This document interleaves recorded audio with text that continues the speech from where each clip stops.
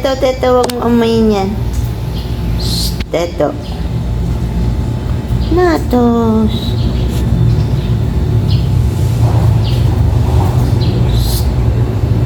Ay, sus, Mariosip.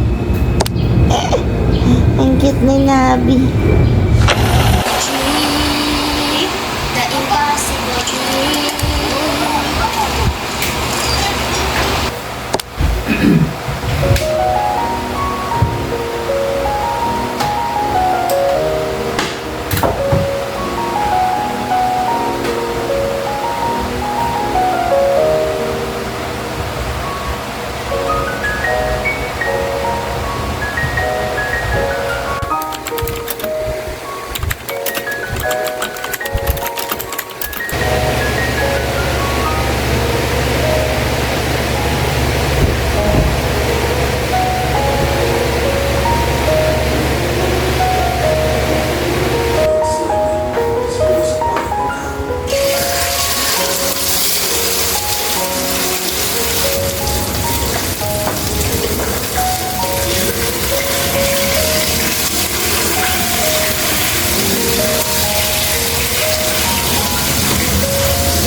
Actually, quick update ang gusto kong gawin talaga today. So,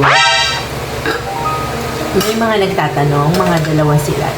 Hindi. Sa mga curious kung bakit Ate Bebe ay bungal ngayon, matagal na akong nabasagan ng ngipin. So, almost 2 decades ago, nadapa ako. Tapos, yung ngipin ko, nahati siya, hindi kalahati, more than half. So, ang natira lang sa akin, yung parang pinaka-roots nung dalawa kong ipin sa harapan na medyo bandang kaliwa, yung mas malapit sa family. So, ginawa ng nanay ko dahil ayaw niya na magpustiso ako at a very young age kasi hindi daw cool sa panahon ko ng time na yon. Ginawa niya, pinaroot canal niya ako. Pinalagyan niya ako ng jacket para daw hindi natatanggal, hindi nababalik. Tapos, may maintenance yun. Kada ilang taon, papacheck mo siya. Tapos, yung huli ko nga, actually, in tagal nun eh. Hindi ko siya naasikaso dahil bukod sa tinatamad ako, nag-pandemic. So, sa pakiramdam ko, medyo nababahuan ako sa kanya. Yung pagkarot canal niya kasi butas siya. Tapos, meron lang nilagay na screws. So, obviously, may mga crevices yun. Although, yes, maganda yung pagkakagawa niya initially, habang tumatagal, nagkakaroon niya ng crack sa loob. So, napapasukan siya ng mga ng mga pagkain or ng mga inumin na, syempre, hindi siya nag-rot pero umaamoy siya. So, nag-aamoy canal siya. So, baka kaya yung canal. Hindi, joke lang. So, pero yun nga, dahil more than half yung naputas sa kanya, instead na mai-prep siya ng parang yung sa mga veneers, may prep siya ng parang pahaba, hindi siya magagawang gano'n. So, nilagyan siya ng screws, nilagyan siya ng jacket. Okay naman yung first few years at saka yung mga updates kasi twice na yung pinalitan ng jacket. Pero nung huli, bago ako pumunta ng Vietnam, sabi ko, ba't parang ang luwag? Yung parang matatanggal na siya, nafe-feel ko. Eh, di ba sa Vietnam, ang mga pagkain nila, pho, yung mga deep fried, ganyan. So, maiinit. Tapos, may sabaw. Tapos, kung hindi naman, deep fried sila. Yung talagang ikakagat mo. So, yung last night namin, last nakain ko ng pho, yung nagtanggal ng ngipin ko. Luckily, hindi naman naisubo, no? So, yun. So, during flight, pabalik namin ng Pilipinas, bumina ako. So, yun ang rason kung bakit wala akong ipin. Tapos, pumunta ako sa dentist, tapos tiningnan niya, sabi ko sa kanya kung pwede na lang bunutin kasi ayoko na naka-root ka na, tapos lalagyan na naman ng implant, tapos lalagyan na naman ng jacket, tapos i-maintain na naman, etc. Eh, para sa akin, 42 years old na ako, handa na akong maglagay ng baso sa gilid ng higaan ko para iwang palutang-lutang yung mga pustiso ko. So, nag-decide na ako. Although sabi niya, sana daw hindi ko bunot kasi sayang, bababa daw yung mukha ko. Sabi ko, hindi na nagmamatter. Okay na ako kasi may jowa naman ako na, patay na patay sa I mean, mas gugustuhin ko na postiso, then man akong bababa yung bahala na. Kumbaga, i-deal ko na lang siya. So, yun, akmang bubunutan niya ako, kailangan i-BP niya muna ako. So, nung pagka-BP niya sa akin, medyo mataas yung BP ko, twice ako kinuhanan. Kaya, binigyan niya ako ng clearance.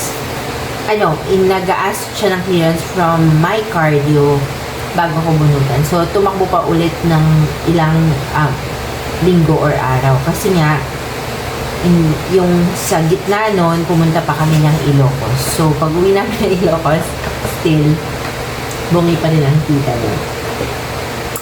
And then, after Ilocos, pumunta na ako sa Healthway. So, pero in-embrace ko na yung kawalan ng ngipin. Actually, kasi good laugh naman siya sa mga tropa ko. It doesn't matter. At least may napapagtawanan kami. So, kung malungkot ka ng time na yun, nakita kita, at least natatawa ka sa akin. Pag nakikita mo na natutuwa ako doon sa estado ko. Yun. So,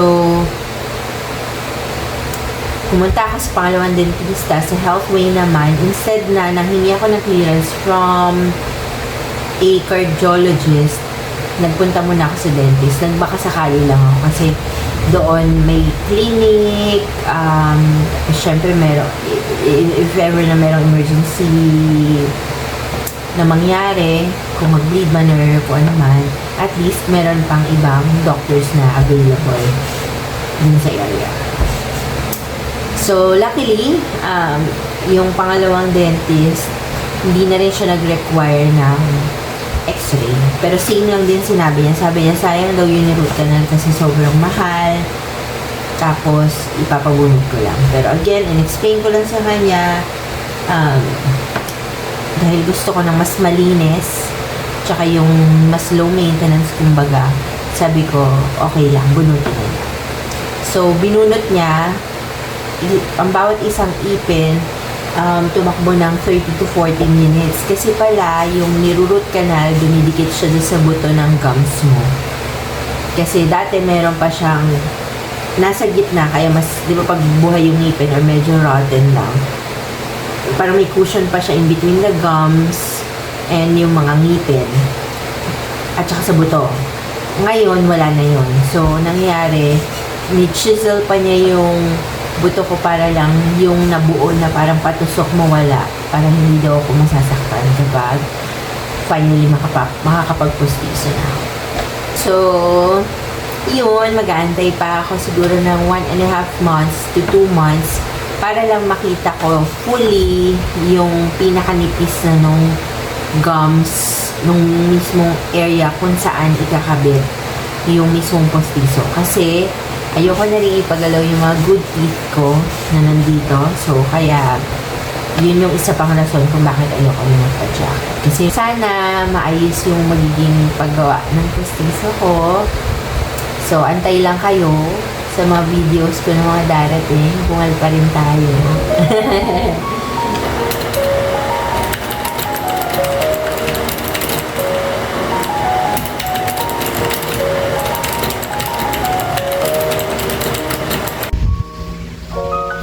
Ang galing naman yung masahista ni Mami.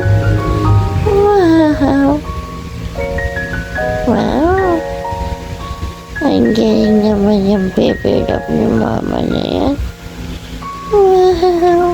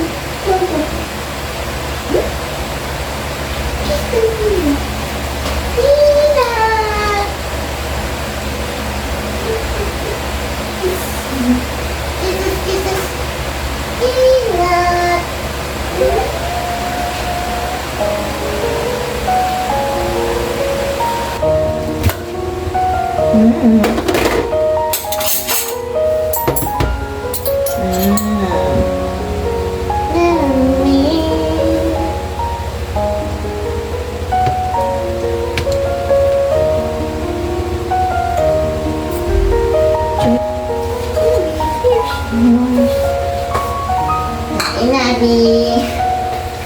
Kain na na, Bong.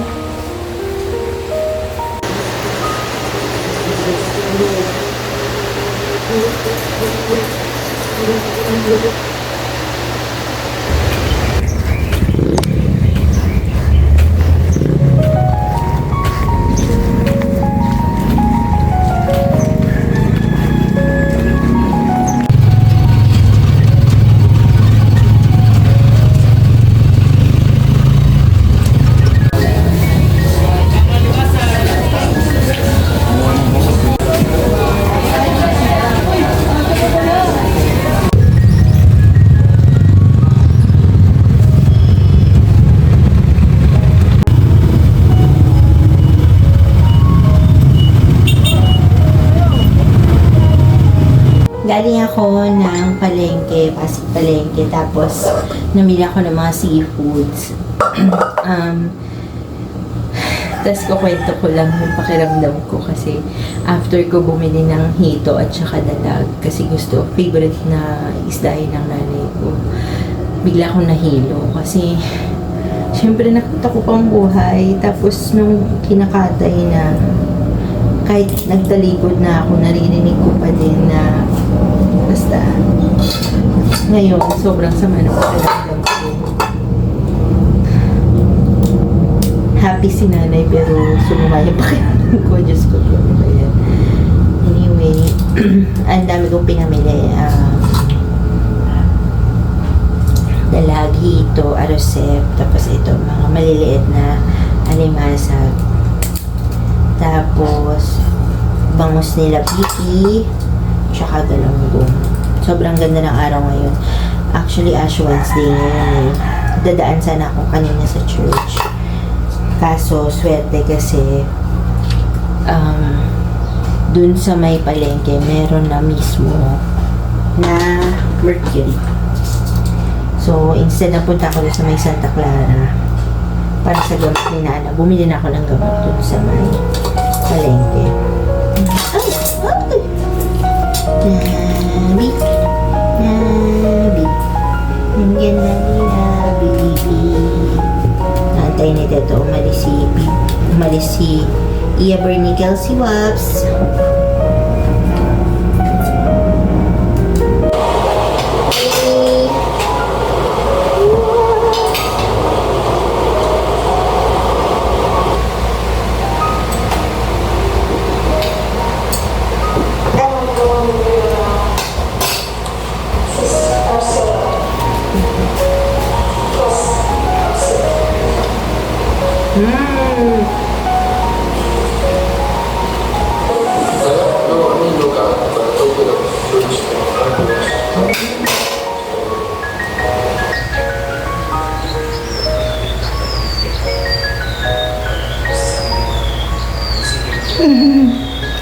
So chunky your little buttocks. Your buttocks so chunky. So fatty this boy.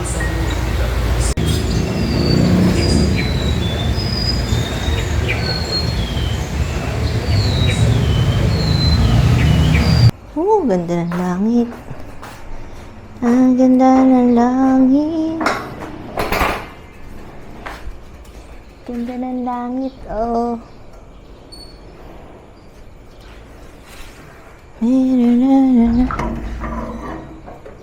Oh, may nakaabang na Iya Bernickel si.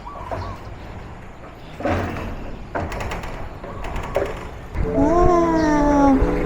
Namiss ko mag-bike.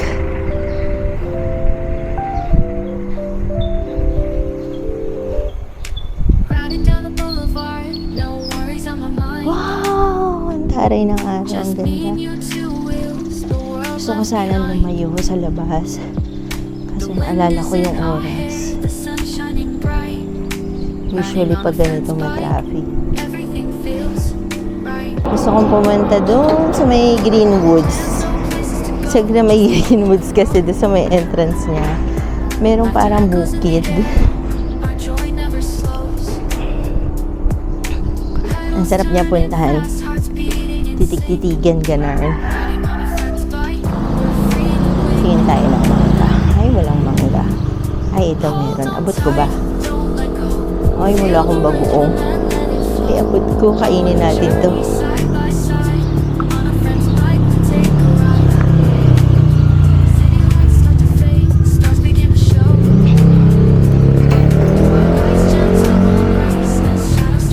Talagang tinigil ko sa gitna ng kalsada. May langgam pa.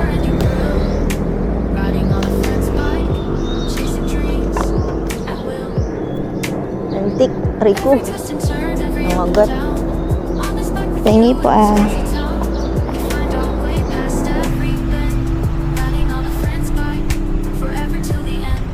Ayun. Nakinig si Lord sa akin. May bagoong. Teka lang. Balik tayo. Balik tayo kay nanay. Think may bagoong.